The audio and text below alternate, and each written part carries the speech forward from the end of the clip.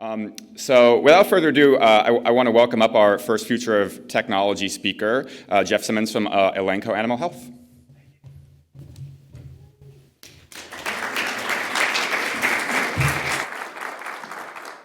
Good morning. It's an honor to be here. Is this working all right?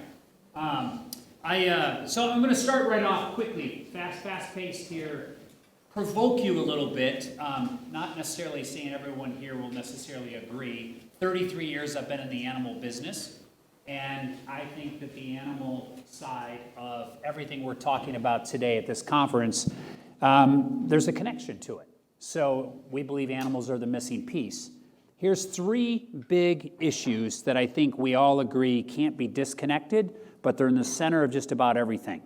And I think you'll be talking a lot about them today. On the food insecurity side, we've got three continents that aren't getting enough calories: Africa, India, parts of Asia.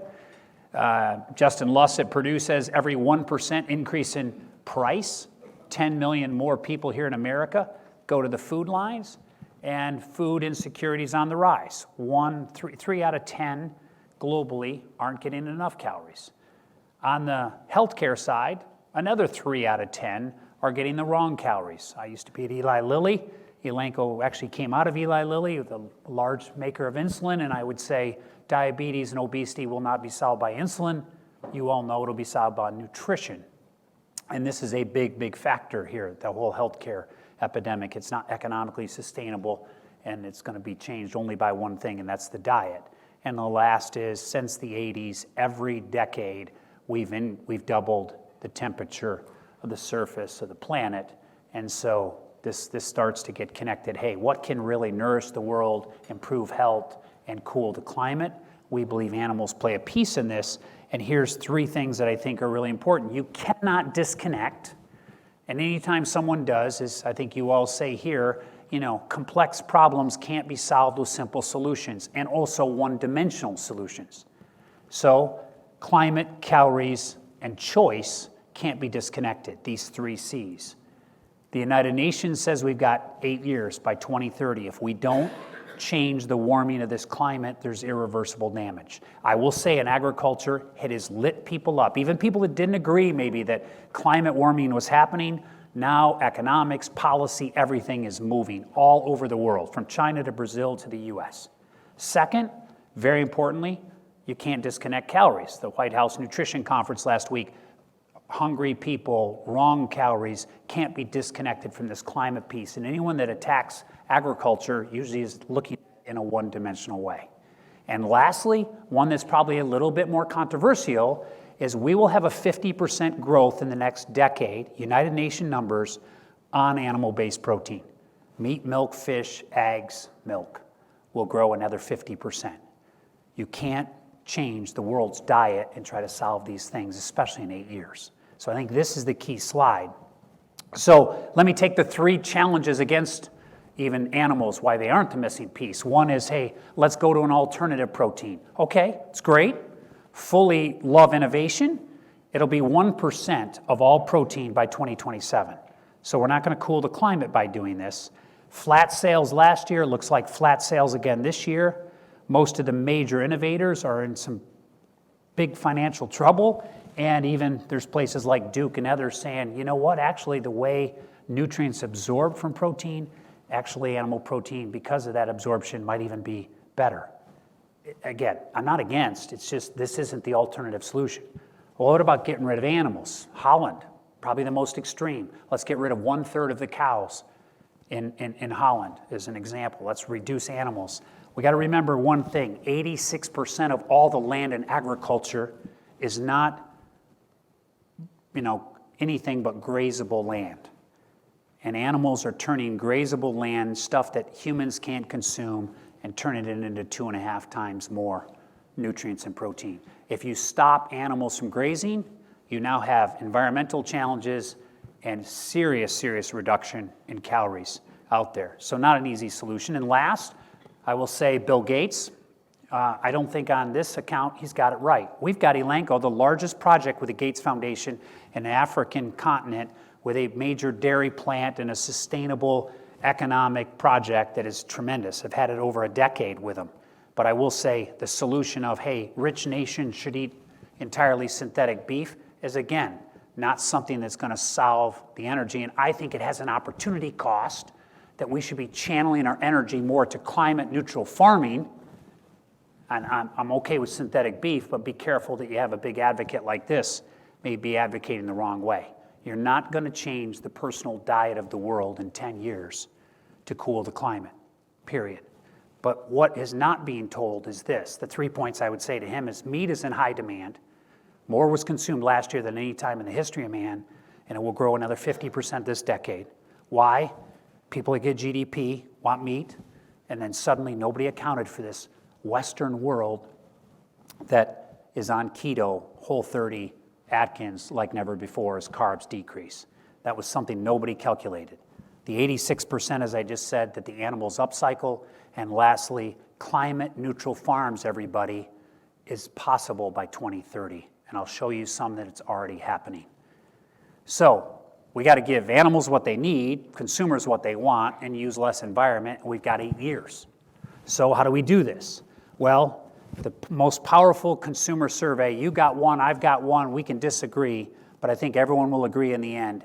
The greatest consumer survey globally in any way is consumer purchasing. And consumer purchasing always comes back to taste, cost, nutrition. I like this brand, I like the affordability, I like the nutrition, and now there's this new dimension, choice. And I will say 6 out of 10 people that have backed away from meat, and I say this to farmers all over the world, are saying it's not because of the nutrition, the diet, or inflammatory issues, it is environment. So getting the narrative right on this choice piece is key. Gen Z will have the steering wheel in this 8 years on environment that will be key. And you can see they feel strongly that what they eat has to have a positive impact. And what I believe animal agriculture is trying to do right now, from China to Brazil to Europe to the US, is to change the narrative and say, we can actually have a climate neutral farm that can help feed the world, reduce obesity, and actually lower methane and cool the climate in 8 years, and actually make more money doing it. And you could feel real good about purchasing these products. How can it be done? Methane. It's all about methane. COP26, now COP27 this year, it's not about carbon, it's about methane. Short-lived gas, you all know this, 12 years, not 1,000, 25% more potency. It only takes a little bit of capturing the methane. 1/3 of the methane comes from cows, 2/3 comes from other factors. It's about 18% of all the greenhouse gases, so it's really small, but man, it can have a multiplier effect. And we can create, reducing climate warming, and we can actually create 25% more economic value for farms. How do you do it? A very simple schematic. On the land, in the animal, out of the animal, and in the value chain with ESG. I took our board of directors and spent 2 days and spent the night on one of the larger dairy farms in America that's making more off the environment, carbon, gas, than they are off from milk. And they're close to climate neutral with 17,000 cows. This is not a dream, this is possible. And this will happen this decade. This, I always say, follow the Tom Edisons and the Ben Franklins in the industry. This is one of the more provocative, largest farmers in America. He created Fairlife Milk. He's helped with artificial intelligence, milk safety, all kinds of things. Probably the inventor. $1 billion brand he sold to Coca-Cola on. Double the protein, half the calories. He is a believer that farmers over the next 2 decades will make more off the environment than they will off milk. He's doing it today. He's making twice the money off from carbon, biodigesters, gas, water credits with Nestle.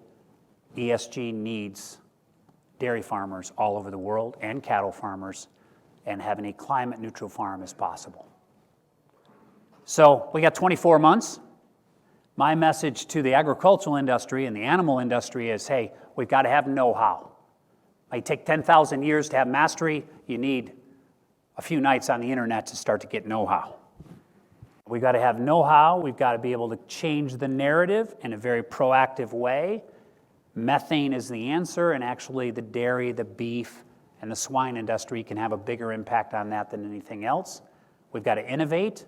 We have enough technology today, Elanco, in our portfolio to reduce the footprint of animal agriculture by 12% today.